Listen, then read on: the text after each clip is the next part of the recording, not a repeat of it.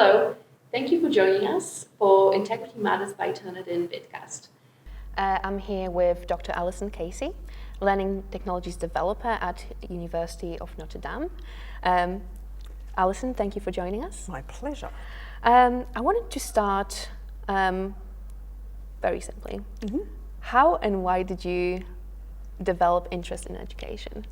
What led you to this area?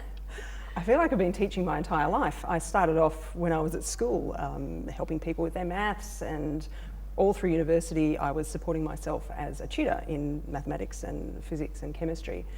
I actually completed my PhD at Sydney University, and during that time I was encouraged to tutor in the chemistry school and in workshops, and I always enjoyed that greatly. I've also taught piano a lot of my life, so wherever I am, I end up educating people. I seem to not be able to help it. And I found that my strength is in educating adults. And so the higher education space then seemed like the natural place for me to be. Fantastic. And could you tell me a little bit about your current role and where your focus lies at the moment? I'm a learning technologies developer, which means that I'm in the academic development area of the university. So when people come into the university, often they've got their own specialities. They might be nurses or doctors or lawyers, and so they have an enormous amount of content knowledge about their area. They might not have as much knowledge about how to put together a course or how to deliver that content to students so that they can be engaged. They might not know very much about assessment. So academic developers in general help people like that to structure their education. And as a learning technologies developer, I help them to add technology to the mix to make their lives easier, not just because we've got the technology, we've paid for it, you need to use it, but more this is going to engage your students more, it's going to make your marking more efficient, it's going to help you monitor your students' progress better, that kind of thing. So that's my job. And are they open to it? Look, some of them are. To be fair, some of them are going, okay, I've read this article about flipped classroom or about marking online, using Turnitin. Can you tell me some more about it? And I go, fantastic, and I'm around to their office like a shot, and we have a little session, and I put together some materials just in case anybody else wants to do it that way. But sometimes it's more that they've been put in the position and they go, oh no, I'm going to have to deliver this course online. I don't know anything about it. I'm going to have to go and ask for some help. And it's more often the case that they're in a position now where they need to use their technologies, and that's where I come in. And what is the biggest challenge for you with this role? Is it teaching how to use that technology to staff, or is it another area?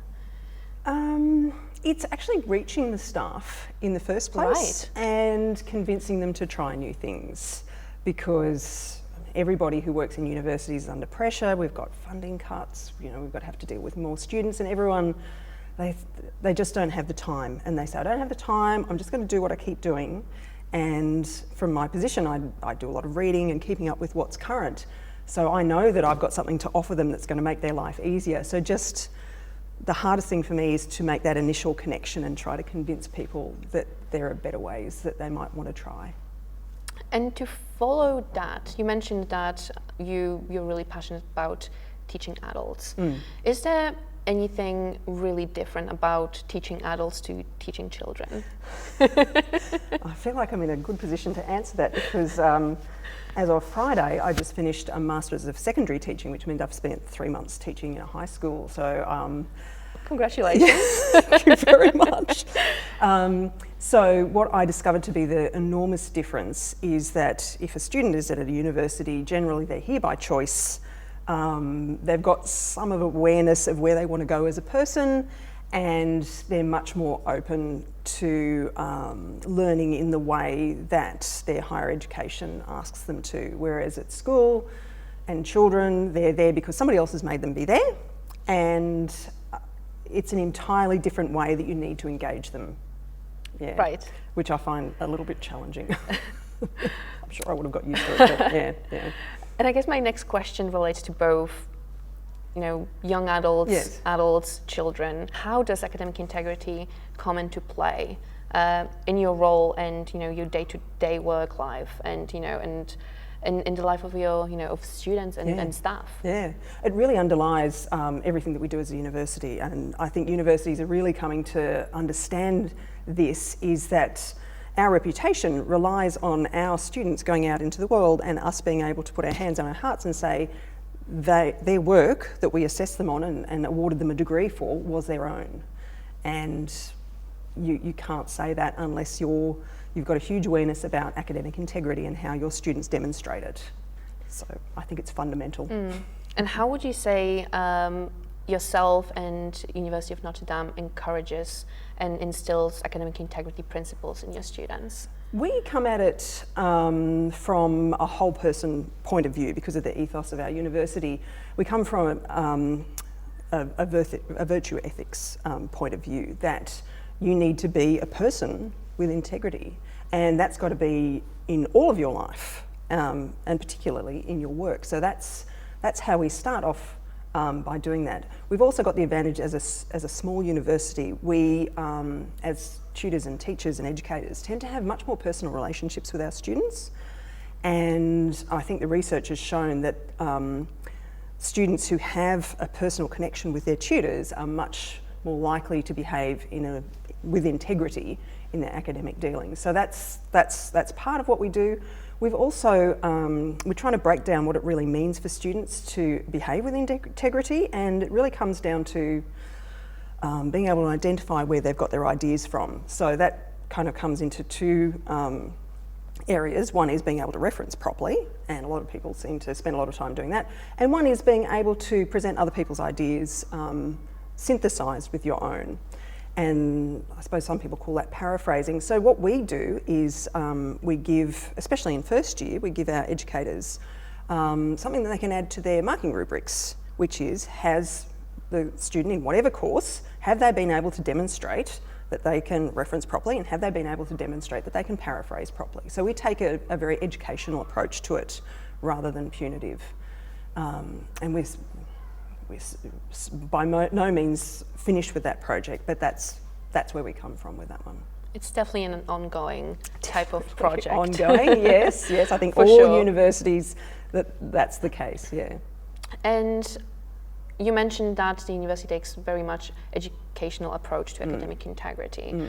When it comes to students, do you think they have a clear understanding on what academic integrity means and is at the university and beyond? I think they're starting to come more into university with a better idea of it than they did even 5 years ago. I think because Turnitin is being used in schools.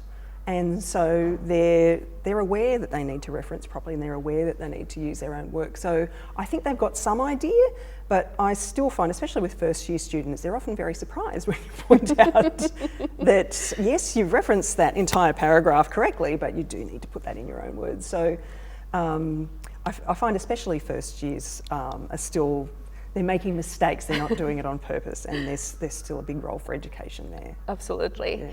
And I wanted to touch on STEM, because this is your background, if you will. Yes, that's right. Yes. So with an increased focus on STEM in recent years, what role does educational technology play in developing students' skills in STEM and and furthering the learning outcomes when it comes to STEM? Right, I think educational technology is just blowing that field wide apart, just because now students have got access to science and technology.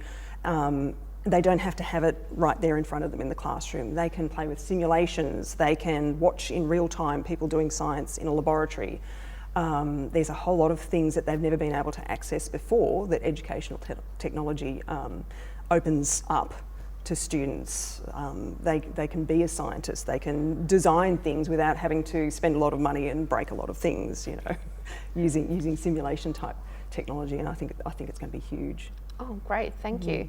And still with STEM, but also linking to academic integrity, what part does academic integrity play in STEM? Is it any different to any other areas of of academic pursuit? I think it's always been much more clearly defined in STEM areas. So if you're a scientist, you're always going to be building on somebody else's work. So it's always had to be very clear when you write a scientific paper, you've got to build up, this is the knowledge that's come before, this is who is responsible for it, and this is the bit that I'm adding. So I feel like just in the structure of how scientific research is done, it's always been there and it's always been very clear. I feel like it's probably been less clear in the social sciences, but now they're having to step up as well. Okay, that's really interesting. Thank you so much, Alison. My pleasure. I hope you found it a good time, good way to spend your 15 minutes with us. And thank you everyone for joining us for this vidcast.